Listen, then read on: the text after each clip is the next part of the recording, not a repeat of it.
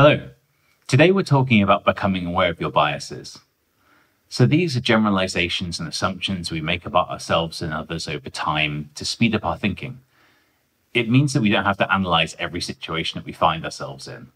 And so these mental shortcuts can be helpful, but they can also get out of control and hold us back, especially when they become false and distorted views of ourselves and reality.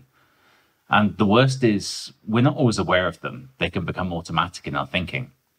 And they creep up in times of stress like many of us are living through at the moment. The good news is we can find ways to identify and correct them if we know what to look for. And joining me today are my co-hosts for CLEAR's Resilience Building Challenge, Dr. Michael Unger from Halifax in Canada, and Silja Litvin from London in the UK. Thanks for joining me today, guys. Thanks, Phil. Thank you. So we're talking about becoming aware of your biases today. And Silja, I wanted to ask you a little bit about things that you feel like you should be doing. And these things are normally quite useful. They prompt us into healthy behaviors, but they can easily turn into things that we can obsess about. They can get out of hand. They can be unrealistic and unhealthy standards. Is that something that you can relate to? And if so, how do you control that kind of thinking? Yes, I can relate to it quite well. I have a bit of an unusual background for a psychologist. I did 17 years of international modeling. Even though I did not develop an eating disorder, I have flirted with an eating disorder. I was always kind of like the round girl in the castings, like I look healthy. And that's not a compliment for a model.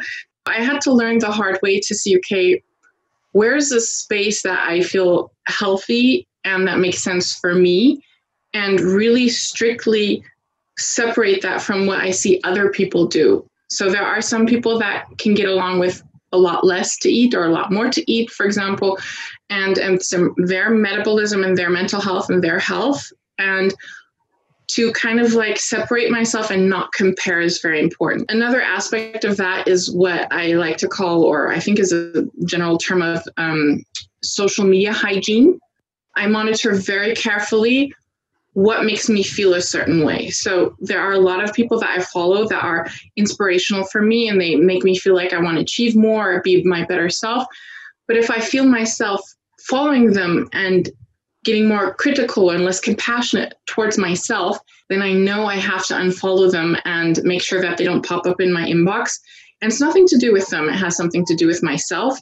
Or maybe they're projecting a lifestyle that is maybe not that healthy by projecting a special body image or something like that.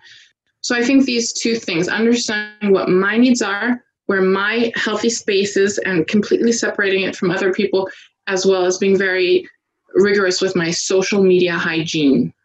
Thanks. Yeah, interesting. For Mike, I wanted to ask you, just in times of stress like this at the moment, there's a lot of negativity floating around. We can start to internalize that, start to project it onto others. But we can easily make unfair assumptions about ourselves and what we're maybe capable of or incapable of. Is this something you've ever found yourself doing? It's a good question, and like everybody, exactly the same. And I can see Silja's point about, we do have to sort of watch what's getting into our heads from social media and everything else. But, it's funny, I do literally hundreds of presentations in front of, very large audiences and this type of thing. And I can remember the very first time I had to do one in front of about 200 people, and I was getting really nervous before going on. I could watch my head catastrophizing and worrying and, just this is going to be a failure. And I just stood backstage and said, look, I don't have to be here. I'm going to have fun. That was like one of the things I realized, that you have to sort of catch those thinking before they take you away from the experience. So I had to say, okay, look, I'm going to have fun with this, or I don't have to be here. But the second thing I said was, and this was some wisdom given to me, was, look, half the audience is going to like you and half the audience is going to hate you. So I find when you have these little tricks in your head, you go, well, it's going to work out. It's not the end of the world. But I do find that kind of gives you permission. And so I think that this is also what you were saying. Give yourself some permission to be more yourself and to accept that, this is who I am, and I'm going to project that and hopefully enjoy the experience. Okay, thanks. Something slightly different now. I wanted to ask about, when we're kind of getting caught up in stress and maybe worries about things that are going on, things that are happening to us, people that we care about, that can impair our decision-making ability. That can stop us from making the best decisions, the best judgments. Silja, when this kind of happens to you, how do you kind of catch that? How do you respond to that? I think one of the secret weapons that I have is doubting my thoughts and challenging my thoughts or my beliefs and saying, so like, oh, this is not going well. They haven't responded to my email. I think the contract is going down the drain or something. And saying, wait a minute, is that like the truth? Are there actually signs of that happen? Did they say something? Or is this your thoughts that are running away with you?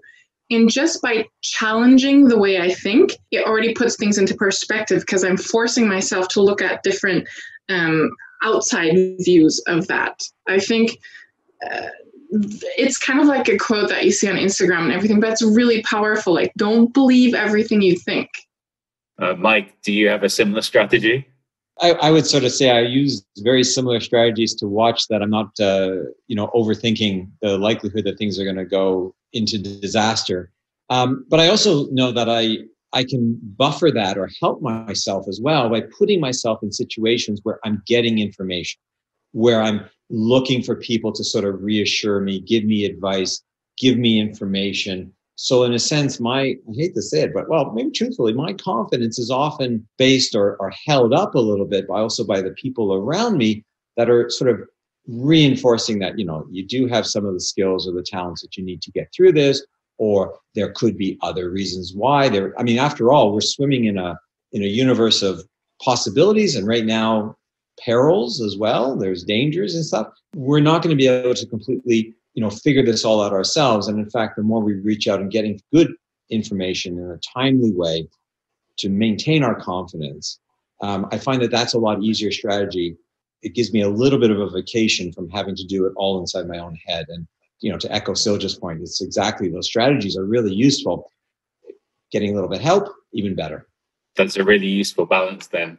On the one hand, considering doubting our thoughts, perhaps reflecting on our thinking, and then getting that information from outside, the external sources that will help us to maybe think, is our judgment the best at the moment, or is stress and worry kind of taking over?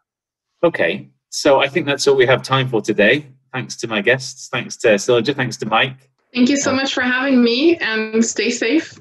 All the best. Thank you. So today we were talking about becoming aware of our biases. These assumptions, these mental shortcuts can be helpful in the sense that they can speed up our thinking, but they can be a problem when they get out of control and when they hold us back. So if they're assumptions like automatically thinking we're incapable of doing certain things, or assumptions that things will go badly for us in the future, or maybe believing that other people are thinking bad things about us, then they're the kinds of things we want to try and catch and challenge because they probably don't have all that much basis in reality. So today, try and think about assumptions that you might make about yourself or how things might work out for you in the future. Ask yourself how you came to these conclusions. Like, what evidence is there for this kind of thinking? You might find out that there's not all that much evidence behind them. To access the full instructions for today's exercise, go to our website. The link is in our profile bio.